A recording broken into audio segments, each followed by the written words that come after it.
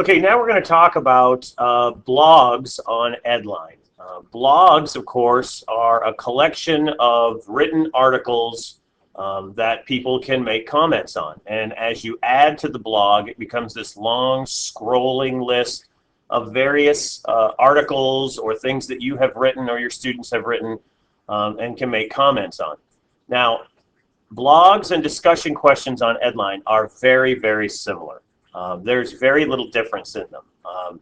The way you add them, the way they can comment, all looks the same. The difference is in a discussion question, which we'd already added, it is one specific question and then the kids can comment on it. With a blog, of course, it's going to create a folder. And it's going to become this long scrolling list of various articles or questions that you want to discuss that kids can make comments on. So it's very little difference. Like I said, a discussion question is just one specific question all on its own, whereas a blog can be a long scrolling list of multiple articles or questions that students have commented on throughout the entire year. To add a blog, it's very simple. You do it the same way you've done the discussion questions. You click Edit This Page, and then go to Contents and mouse over the plus symbol, and then Create Blog. Now this is where you can put your blog and save and return. Once you name it, you can put a description in, save, and return. And you can see it automatically creates a folder. Now, unlike a discussion question, it just puts a discussion question as just one specific question. There's no folder. A blog creates a folder so that you can put as many articles or comments, whatever it is that you want to put on there, in one folder, and it becomes this long scrolling list like you would see a blog on the internet. You can click Done, and now it's created the folder. Now you're going to navigate to the blog folder and click on it. And when you mouse over your blog, in this case we called it Test Blog 1, you're going to go to the plus symbol, and it says Blog Entry. It's going to call it Test Blog 1 and Create Now.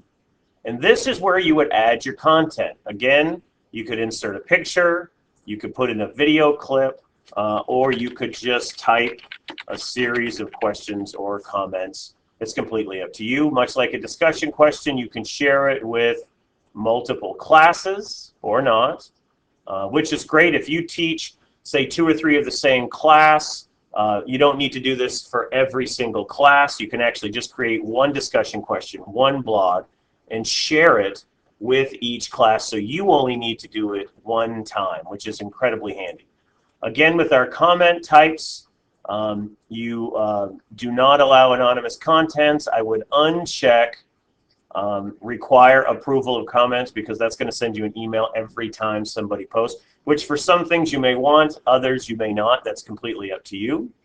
And then you hit save and return when you're done. Notice we've added our content. And there is the blog. So when we go back to our class, you can see it says Test Blog 1. You can click and see the views. This is also where you can leave a comment.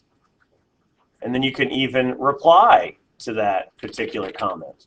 So it's a great way for students not only to comment, but also to reply to others who have commented, which you can do the same thing in a discussion question as well.